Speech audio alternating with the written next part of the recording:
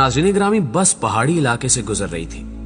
अचानक बिजली चमकी, बस के करीब आई और वापस चली गई। बस आगे बढ़ती रही। आध घंटे बाद बिजली दोबारा आई, बस के पिछले हिस्से की तरफ लपकी, लेकिन वापस चली गई।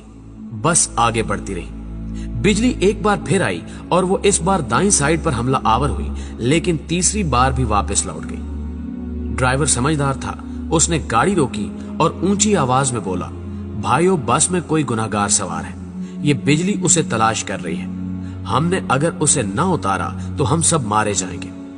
बस में सरासीमगी फैल गई और तमाम मुसाफिर एक दूसरे को शक की नजरों से देखने लगे। ड्राइवर ने मशवरा दिया, सामने पहाड़ के नीचे दरख्त है, हम तमाम एक एक करके उतरते हैं और उस दरख्त के नीचे खड़े हो जाते हैं। हम में से जो गुनाहगार होगा, बिजली उस पर गिर जाएगी और बाकी लोग बच जाएंगे। ये तजवीज काबिल अमल थी। तमाम मुसाफिरों ने इत्तेफाक किया। ड्राइवर सबसे पहले उतरा और दौड़कर दरख्त के नीचे खड़ा हो गया। बिजली आसमान पर चमकती रही, लेकिन वो ड्राइवर की तरफ नहीं आई। वो बस में वापस चला गया। दूसरा मुसाफिर उतरा और दरख्त के नीचे खड़ा हो गया। बिजली ने उसकी तरफ भी तवज्जो नहीं दी। तीसरा मुसाफिर भी साफ बच गया। यूं मुसाफिर आते रहे, दरख्त के नीचे खड़े होते रहे और वापस जाते रहे, यहां तक कि सिर्फ एक मुसाफिर बच गया। ये गंदा मजहूल सा मुसाफिर था। कंडक्टर ने उसे तरस खाकर बस में सवार कर लिया था। मुसाफिरों ने उसे बुरा भला कहना शुरू कर दिया। लोगों का कहना था कि हम तुम्हारी वजह से मौत के मुंह पर बैठे हैं, तुम फौरन बस से उतर जाओ। वो उससे उन गुनाहों की तफसील भी पूछ रहे थे जिनकी वजह से एक अजियतनाक मौत उसकी मुंतजिर थी। वो मुसाफिर उतरने के लिए तैयार नहीं था, लेकिन लोग उसे हर कीमत पर बस से उतारना चाहते थे। मुसाफिरों ने पहले उसे बुरा भला कहकर उतरने का हुक्म दिया, फिर उसे प्यार से समझाया और आखिर में घसीट कर उतारने लगे। वो कभी किसी सीट की पुष्ट पकड़ लेता था, कभी किसी राड के साथ लिपट जाता और कभी दरवाजे को जप्फा मार लेता, लेकिन लोग बाज ना आए। उन्होंने उसे जबरदस्ती घसीट कर उतार दिया। ड्राइवर ने बस चला दी। बस जो ही गुनाहगार से चंद मीटर आगे गई, धाड़ की आवाज आई, बिजली बस पर गिरी और तमाम मुसाफिर चंद लम्हों में जलकर भस्म हो गए।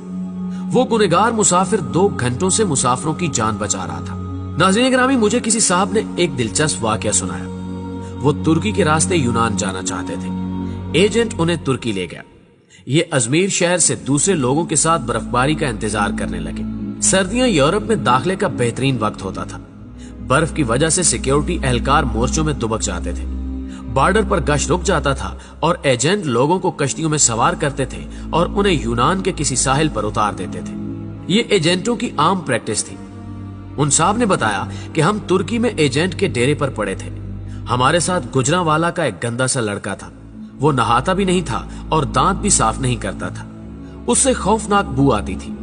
तमाम लोग उससे परहेज करते थे। हम लोग दिसंबर में कश्ती में सवार हुए। हम में से कोई शख्स उस लड़के को साथ नहीं ले जाना चाहता था। हमने उसे रोकने की कोशिश की, लेकिन वो रोना शुरू हो गया। एजेंट के पास वक्त कम था, चुनांचे उसने उसे ठुड्डा मारकर कश्ती में फेंक दिया। कश्ती जब यूनान की हदूद में दाखिल हुई तो कोस्ट गार्ड एक्टिव थे। यूनान को शायद हमारी कश्ती की मुखबरी हो गई थी। एजेंट ने मुख्तलिफ रास्तों से यूनान में दाखिल होने की कोशिश की, मगर हर रास्ते पर कोस्ट गार्ड थे। इस दौरान उस लड़के की तबीयत खराब हो गई। वो उल्टियां करने लगा। हमने एजेंट से एहतजाज शुरू कर दिया। एजेंट टेंशन में था, उसे गुस्सा आ गया। उसने 2 लड़कों की मदद ली और उसे उठाकर यख पानी में फेंक दिया। वो बेचारा डुबकियां खाने लगा। हम आगे निकल गए। हम अभी आध किलोमीटर आगे गए थे कि हम पर फायरिंग शुरू हो गई। एजेंट ने कश्ती मोड़ने की कोशिश की। कश्ती अपना तवाजुन बरकरार न रख सकी और वो पानी में उलट गई। हम सब पानी में डुबकियां खाने लगे। मैंने खुद को सर्दी, पानी और खौफ के हवाले कर दिया। मेरी आंख खुली तो मैं अस्पताल में था। मुझे अमले ने बताया कि कश्ती में सवार तमाम लोग मर चुके हैं, सिर्फ 2 लोग बचे हैं। मैंने दूसरे शख्स के बारे में पूछा। डॉक्टर ने मेरे बेड का पर्दा हटा दिया। दूसरे बेड पर वही लड़का लेटा था जिसे हमने अपने हाथों से समंदर में फेंका था।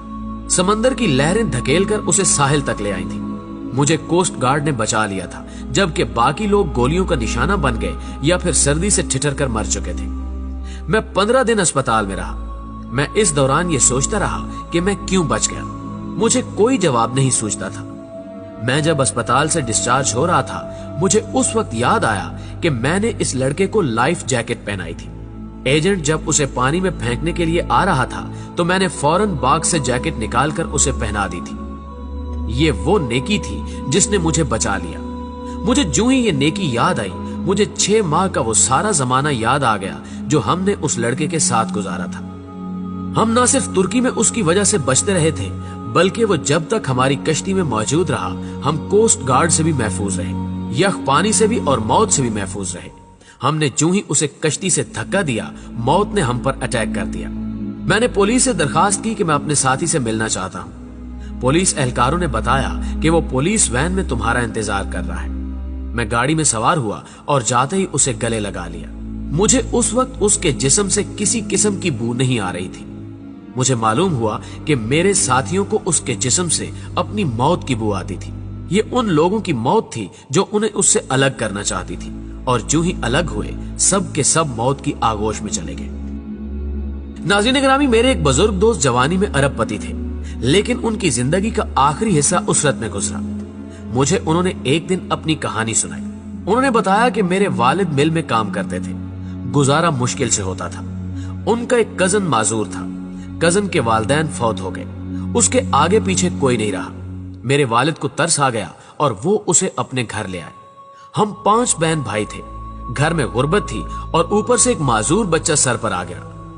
वालदा को वो अच्छे नहीं लगते थे, वो सारा दिन उन्हें कोसती रहती थी। हम भी वालदा की वजह से उनसे नफरत करते थे, लेकिन मेरे वालिद को उनसे मोहब्बत थी।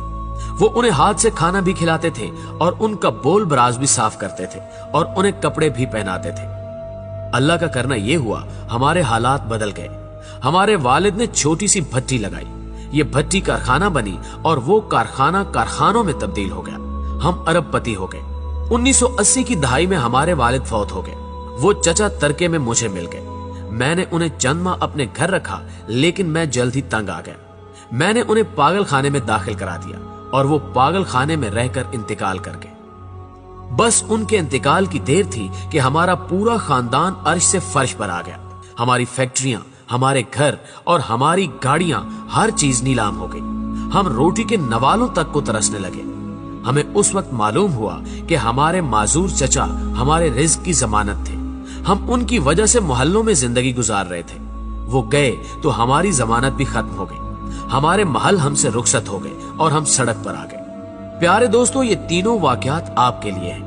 हम नहीं जानते कि हम किन लोगों की वजह से जिंदा हैं, हम किन की वजह से कामयाब हैं और हम किन की बदौलत मोहल्लों में जिंदगी गुजार रहे हैं। हम ये भी नहीं जानते कि हम किसको बस से उतारेंगे, हम किसको कश्ती से बाहर फेंकेंगे और हम किसके खाने की प्लेट उठाएंगे, और वो शख्स हमारा रिज्क, हमारी कामयाबी और हमारी जिंदगी साथ ले जाएगा।